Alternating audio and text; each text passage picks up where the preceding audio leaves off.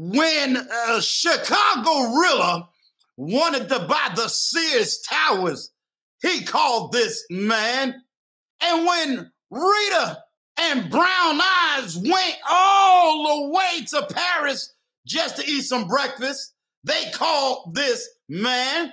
So when I got the bill for that Paris trip, I had to call this man. So, ladies and gentlemen, give it up for the one and only Anton Daniels. What's up, Wonk? What's going on? You are like the greatest introduction announcer that I've ever heard in my entire life, my friend. That's pretty good. Man, I appreciate you. Yeah, I appreciate you more, my friend. You know, I want to say this because I definitely want everybody to really understand. Brown Eyes and I really want to thank you and Rita, because everybody didn't know when I was sitting at 300 subs, didn't think nobody was looking at me. Yeah. You know, you're sitting low, you trying to put in the grind, you trying to put in the work, and then we had a serious tragedy that happened. Yep. I came in on your live. I definitely wasn't going to say nothing, and you stopped your live, and you told everybody, hey, pray for Uncle Stu right now and his family. You never told nobody what we was going through, but you shut it down. And I got to say, I've never seen that ever before. You know what? Honestly, I consider you a friend. Like, I don't consider you a co-content creator. I don't consider you, somebody that, we just acquaintances. I don't consider you an associate. I don't even consider you just as having a relationship with you. Honestly, I consider you a friend. And that's why when you send me the message and you like, yo, Ton, anything, it don't matter whether we coming on a show. It don't matter if, you telling me that you're going through something or whatever. The first thing that I'm going to do is I'm going to take into consideration what my friends need from me. And that's how it is that we rock. We just going to rock all the way across the board. And I love you, bro. Genuinely from the bottom of my heart. Like, even off camera, I've taken time, me and Rita together, we've taken time when we actually pray for you and your family and everything. So I consider you a friend, man. I don't play around at all. Much love. I want that to be known because it felt good. You know what I'm saying? Everybody don't really understand the difference between the personality and the person, and I got to know you and Rita as people, not as, the image and all these other things that everybody like to say, You know what? But it's so funny with the whole image thing is because, like, this is how I am in real life every single day when I meet up with people. And it's funny because a lot of content creators, they say, like, don't meet your heroes and stuff like that. And I've even said that, like, when I do my meetups and I fly city to city and I meet people and I kick it with people and people meet me in real life and they run into me, I'm the same. As a matter of fact, I probably turned down my eccentric personality and the way that I rock and all of that. I probably, dumb it down a little bit online than I am in real life. So, I sleep in my Rolexes. You know what I'm saying? Like, I really live this life. Like, I am. When I go to the Pistons game, I almost got through out the other day because I'm a fan of the game. Like, I am excited every single day to just wake up and do what it is that I do. Like, life is so crazy. It's exciting. And it's just like an opportunity to just create a new path. And you literally creating history and you writing history because it'll never be done over again like that. So, I'm on 10 100% of the time. Yeah, absolutely. I mean, I had to say, I got to pull out the big boy watch. I like that. I said, let me see if I got this right. I get TLA coming with his $2,000 suits. Yeah, I like that. I got El Guapo. He got the nice, fireplace in the background. Now I got to go get a house. All of those, my God. And you know what's so funny about that, though, Uncle Stu? Because I think that you're going to be incredibly successful. Honestly, listen, it probably took me longer than it did anybody else in order to build out an audience or build out a platform or anything like that. But I think that when you do it authentically like you are, when you do it authentically like my man, Beautiful Lies, El Guapo, my guy, when you do it authentically like TLA, right? All of these guys are awesome. And I think that your audience truly rock with you. And as a matter of fact, when I was building out my audience, I would say I care about getting to the 1,000 that really, really love me. I think that 1,000 that really, really love you, and then don't get me wrong, like as it grows, I want people to authentically be rocking with you. But I don't care about 1,000,000. I care about one.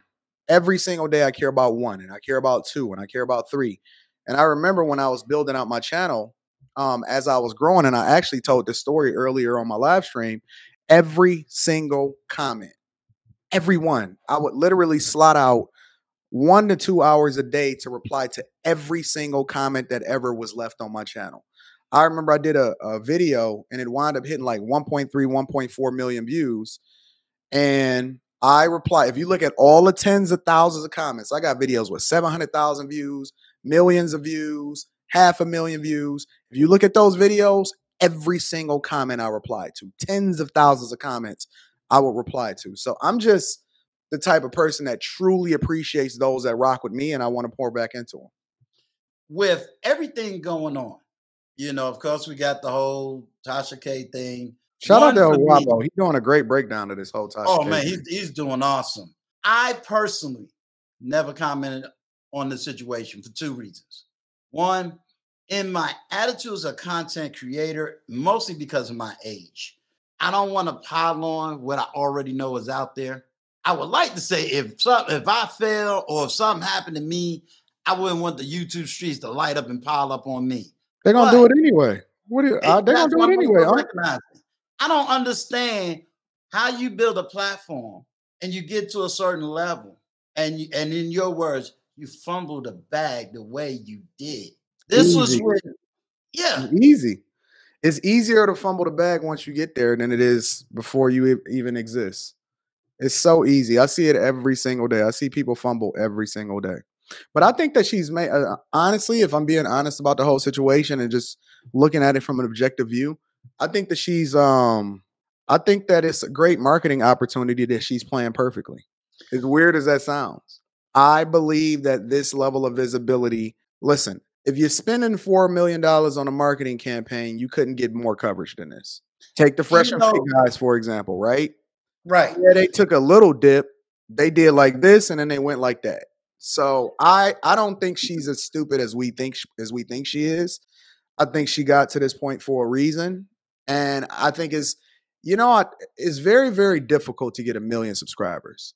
Exactly. So if I'm thinking about how it is that Tasha K is playing this, I think that in the long game, I think that she's looking at this as a marketing opportunity. And regardless of what we're seeing right now and how crazy it looks, I think that long term she got a bigger play. This goes back to something that El Guapo said. And right now I'm reevaluating his thoughts. And what he said was he talked about power, that you cannot simply give anybody power because people really don't understand power. You're right when I think about how she rose to the top. I mean, a dummy can't get 1 million subscribers, regardless of what we may think. In that regards, I took the approach of how someone knew how to tap into the market and utilize that market. The difference between a content creator that's an educator and a content creator that's an indoctrinator, and I think she did both masterfully. She educated on one side, but she indoctrinated enough people to keep her afloat. Correct. Oh, I think that listen, as long as she continues to create content, she'll generate revenue. As long as she continues, because listen, as content creators, we're not NBA players, thankfully. NBA players, and I'm not even talking about the top tier. I'm talking about NBA players in a general sense. They have a shelf life. That's it. Right. For us, as long as we continue to create content, and this is one of the things why I ask people, regardless, I don't care if you got 100 subscribers, I don't care if you got 100,000 subscribers, as long as you continue to create content and you authentically live within whatever space that you're living in, you'll continue to snowball that. You're not going to lose unless you dip to go back up. As long as you continue to work, content creators, we have a shelf life of forever. Right. As long as we continue to create content. So as long as she stay on air, people going to tune in. She'll be fine. And it's not even about subscribers, believe it or not. A lot of people think, oh, subscribers matter. It doesn't. It's the last thing that probably matters. Subscribers, that's like rappers when they say, "Yeah, I got a record deal." It don't mean as much. It don't hit the same way. So, you know, the number is cute for everybody else.